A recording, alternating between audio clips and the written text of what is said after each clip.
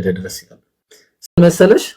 ኢየሱስ ግን አምላክ ሆኖ አላገኘሁትም። እንደውም ኢየሱስ ሰው ነው ይላል ሐዋርያት ሥራ። ወይ ብሮ ተረጋጋ። እኔ ወጣለሁ፣ አታስቀጽፈኝ። ወጣለሁ፣ እግዚአብሔር ወጣለሁ። የአምላክ ክርስቶስ አምላክ አይደለም። በመጽሐፍሽ ላይ እኮ ነው የሚለው። እኔ ነኝ እንዴ ሰው ነው መጽሐፍ ላይ? ይኸውልህ አንድ ጥያቄ ልጠይቅህ። እሺ ሃይማኖትን ታምንበታለህ? አዎ። እኔ ብቻ ደግሞ አምኜ መሞት አልፈልግም። ኢየሱስ ሲሰብክ እንደነበረው ነው የሚሰብከው። ምን ያህል ፐርሰንት ታምነዋለህ ሃይማኖትህ? 100+% 100+% እያመንክ ለምን ትጠራጠራለህ? ከሆነ እኮ ጥርጥር እኮ ነው። በራስህ ሃይማኖት ተጠራጠርክ።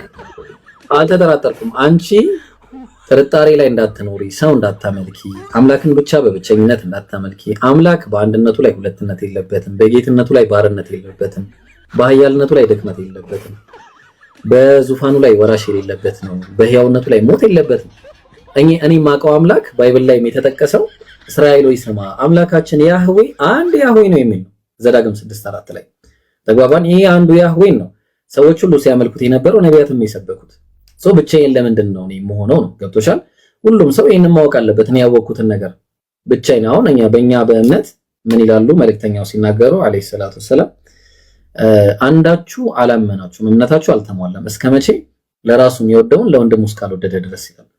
ስለዚህ እኔ ለራሴ የወደድኩትን ነገር ለሰዎች ወድጄ ነው እንጂ እያስገደድኩ አይደለም። ለውይይት ነው እዚህ ጋር የመጣሁት እንጂ ማንንም ሰው የማንንም ሃይማኖት ለመንቀፍ አልመጣሁም። እኔ ሰው ምንድነው እያልኩሽ ያለሁት አንድ አምላክን በብቸኝነት ለምን አትገዙም ነው በቃ። አንዱ አምላክ ባሪያም አልተባለ። ምክንያቱም ኢየሱስ ትንቢተ ኢሳይያስ ምዕራፍ 42 ቁጥር 1 ላይ ባሪያዬ እያለ ይናገራል። እግዚአብሔር ስለ ኢየሱስ ሲናገር ባሪያዬ ይላል። ዮሐንስ ወንጌል ምዕራፍ 8 ቁጥር 40 ላይ ከአምላክ ሰምቼ የነገርኳችሁን ሰው ይላል ኢየሱስ። እኔ ሰው ነኝ አለ። ከማን ነው የምሰማው አለ?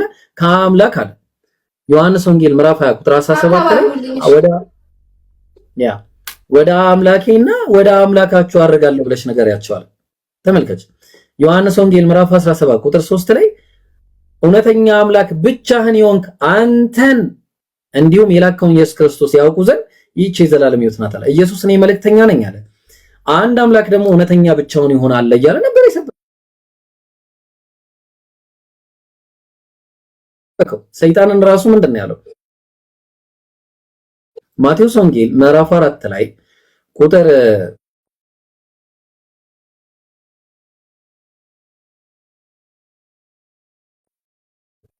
7 ከዛ ኢየሱስ ምን አለው? ሂድ አንተ ሰይጣን ለጌታህ ለአምላክህ ስገድ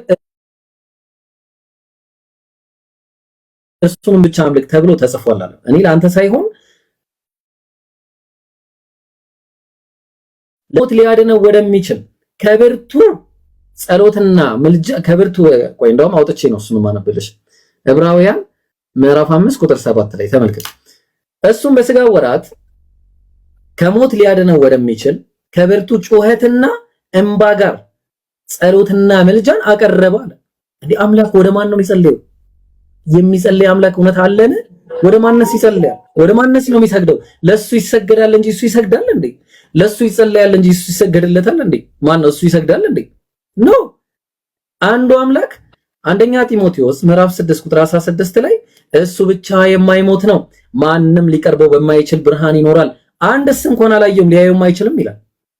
አንዱ አምላክ የማይሞት ከሆነ ኢየሱስ ክርስቶስ ደግሞ ሞቷል። ሰው የሞተው አምላክ ነው ሰው ነው? ኦብቪየስሊ እንዴትስ አምላክ ሞተ ይባላል?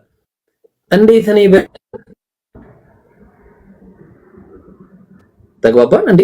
መርከቡ ላይ ሆኖ እኮ መምህር ሆይ ስንጠፋ አይገድህምን እያሉ እኮ ሲያስነሱት ነበረ።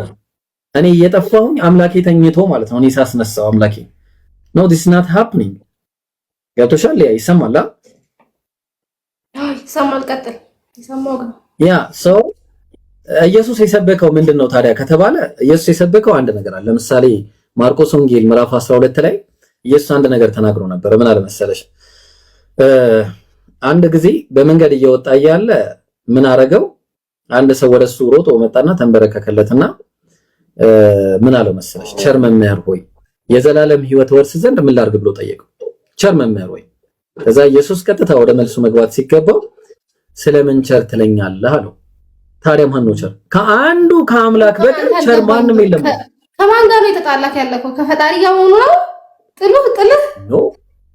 ከኢየሱስ ጋር ነው ከመጽሐፉ ጋር ነው ያወራለ። ኢየሱስን በጣም ነው የምወደው፣ በጣም የምወደው ነብይ ነው። ወላሂ በጣም ነው የምወደው። ወላሂ ነብይ ማርያምንም በጣም ነው የምወደው። ኢየሱስ ፈጣሪ ነው። መጽሐፉ ላይ ይላል ነብይ ነው ይላል መጽሐፉ ላይ። ማርቆስ ወንጌል ምዕራፍ 6 ቁጥር 4 ላይ ምን እያለ ይናገራል? ኢየሱስም ነብይ በገዛ ሀገሩና በገዛ ዘመዶቹ ፊት ሳይከበር አይቀርም ይላል። በቀር አይኑን የከፈተለት ሰውዬ ምን ትላለህ ስለዚህ ሰው ሲሉት እሱ ነብይ ነው ያለው። ታላቅ ነብይ ተብሎ ነው የጠቀሰው ባይብል ላይ። መልእክተኛ ነው፣ መሲህ ተብሎ ነው የተጠቀሰው። ኢየሱስ አምላክ ተብሎ አልተጠቀሰም። አንድ አምላክ ግን አለ፣ እሱም አብ ተብሎ ተጠቅሷል። ስለዚህ ቸር አይደለውም ማለት ታዲያ ቸር ማን ነው ሲባል አንድ አምላክ ነው ቸር ተብሎ የሚጠቀሰው። ተግባባ? ስለዚህ እንዴት ይሻላል? ምንድን ነው የሚሻለው መሰለሽ? ኢየሱስ ግን አምላክ ሆኖ አላገኘም።